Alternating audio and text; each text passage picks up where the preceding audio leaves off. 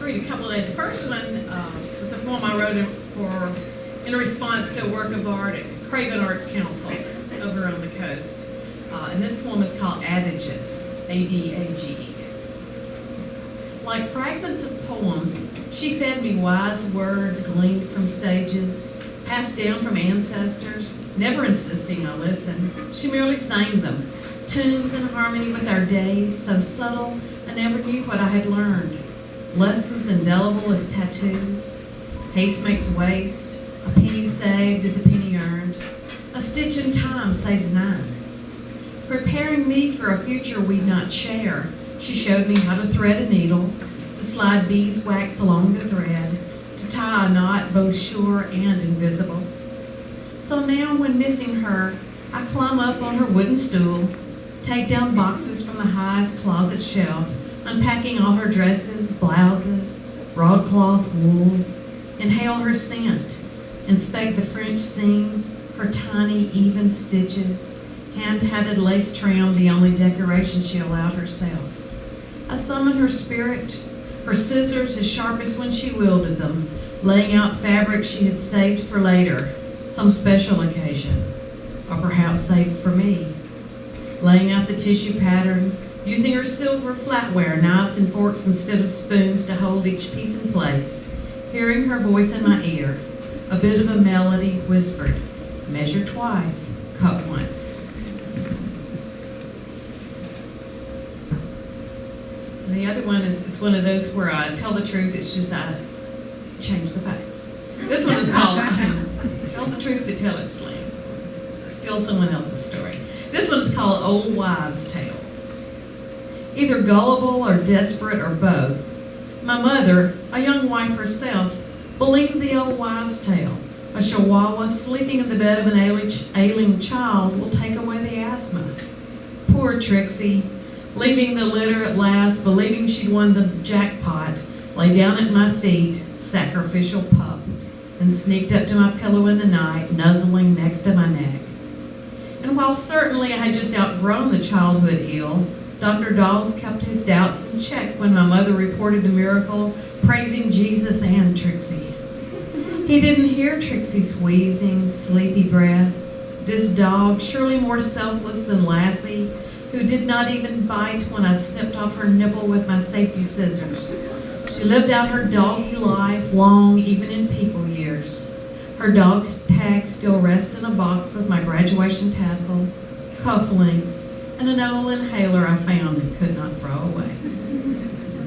I've been looking at an online journal that's called Rattle. I don't know if anybody. Yes. I can't see into the crowd with these glasses, but I have to have to read, so I have to choose one or the other.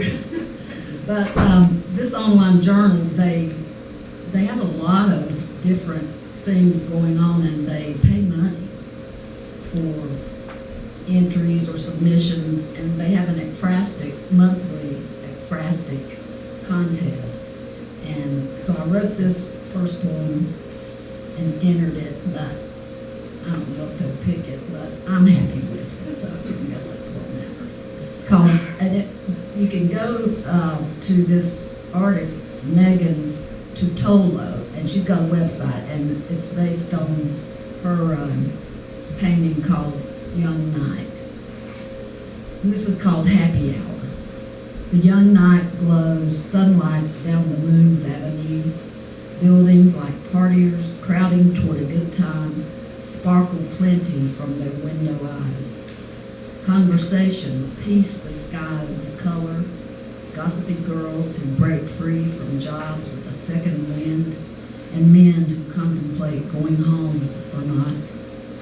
Half-price hors d'oeuvres and free advice fill up this space and time with nuts by the handful or one by one, no one staring at life, and all these lights thinks the aging hour will darken, press sleep on those who fight it, cow innocence into silence, disappoint lovers with hateful exchange in rooms full of smoke and mirrors. And the next one, I spend a lot of time in thrift stores because of what I do. to earn money, which is resell stuff. And this poem was inspired by time in a thrift store. It's called Her Own Little World. She's always in here, long gray hair pulled up in a banana clip, huge glasses, door knocker size earrings, shoulder padded jacket, all screaming, the 80s call, they want their stuff back. She hums, touches everything, rubs silk scarves between her fingers, looks on the bottom of every donated plate or bowl, sighs when she holds up and puts down baby clothes. People speak, ask how she's doing. Fine and dandy, she answers, with a praise Jesus at the end. She stays a while with the used books. Then the jumble of outgrown toys come alive at her touch. Elmo shakes and giggles. Dora calls out Spanish words for basic things. A Furby and its gibberish won't stop, so she buries him deep in a box of stuffed animals to muffle the sound, then finds and drags all the Beanie Babies to the top of the heap. She winds every music box, tunes colliding in tinny dissonance. With a flip of her hand, she commands the weather in a snow globe, gazes deep into it and smiles, as if the tiny figures may recognize her and react. The first one I'm going to read is from Art of Poetry in this past session, and it's ekphrastic poetry, and so there was a picture by Steve McCurdy of fishermen in Sri Lanka, and they're on sticks fishing these turbulent waves, and it's called Fishermen. Emasculation of self, poverty a pathway to faith, wealth a hindrance. Water washes away transgression, harbors pure spirit in God's creation. Clinging to a stick above turbulent waves, ever on the edge of starvation we want. Always mindful, we are loved more than many sparrows.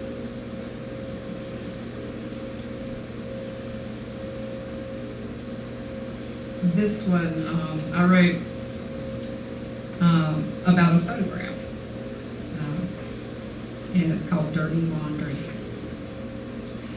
They wave in the wind, empty arms and legs, corral attention of pitying neighbors, would-be suitors. Reminded, she stares at the clothes dangled from the line. Jeans, jacket, long lift, fear to touch should the fibers betray a too fresh mood. And this one's called Curves Ahead, and this is like one of the first art of poetry sessions that we had, and I wrote one, and this was really neat because it was a photo mosaic by Craig Anthony of all the signs in Hickory, or many of the signs in Hickory, and I wrote this one, Curves Ahead. Signs everywhere, directions, how to go, how to be, yet we are never prepared for the curves ahead. Waylaid on the way while testing boundaries, calls for delays, calls for delays, hospital recoveries, prison stays, broadsided, or way ahead of the curve. I guess we won't be saying goodbye. You upped and moved without a word, though we heard through one of the neighbors that you'd be leaving this week for Knoxville, where I recall you have grandchildren, the ones you said had better make the right university choices unless they plan to pay their own way. Maybe also where you got your debutante beginning and snagged the boy of your dreams through cunning and cleavage. Outside of those occasional light chatty exchanges in the street or our driveway, you two kept to yourselves, which was just as well, since we didn't measure up socially, or have your money, or your fabulous connections. And we certainly didn't share your conservative views, or get our news from the Wall Street Journal, being the bleeding blue-collar plain folk that we are. You were going to have us over for wine, $2 a bottle you bought at Costco. But that never happened. Maybe you decided against it after I told you Obamacare had been good for my daughter, who's now drawing disability pay. Anyway, it's just as well we're away while the moving van is being loaded. This way we won't need to stand on our walk waving goodbye, looking appropriately aggrieved that you are leaving so soon after we moved into the townhouse next door. This one, I think, Tim Funk does the religion column in the Observer, Charlotte Observer, and he's asking people to write in, telling him one word they would say that would describe how they feel about the holidays. And he says his word has changed over time. I'm probably even past the stage of home, but that's what this poem is about. It's called Forget Paris. Forget Paris. Forget London and Rome. Forget New York, San Fran, and LA. Forget the bustle of dizzying to and fro, the hustle of commerce, the glitz of lights. Forget the clutter of too much, the din of too loud, the press of the crowd, the face of anonymity. Forget extravagance rubbing elbows with poverty, the smell of exhaust and refuse under your nose. Forget the excitement of exotic, erotic, and fame, the overstimulation of diversity, the lure of come see. Forget fantasies of high fashion, high rises, high balls, and martinis balanced in well-manicured hands. Come on home, down home, to the fields and the hills, to front porches with rockers and swings, to sunsets you can actually see, to suppers of cornbread and pintos, to friendly neighbors and good-natured strangers. Come home to your roots, your kin, your ties to the soil and red clay that resides in your bones, the music that rings in your spleen, the hum of the June bug, the mockingbird's song. Come home and own who you are, where you're from. Own what's in you that you can never erase, your place in a lineage centuries old that gave you those auburn curls and your great-grandmother's eyes.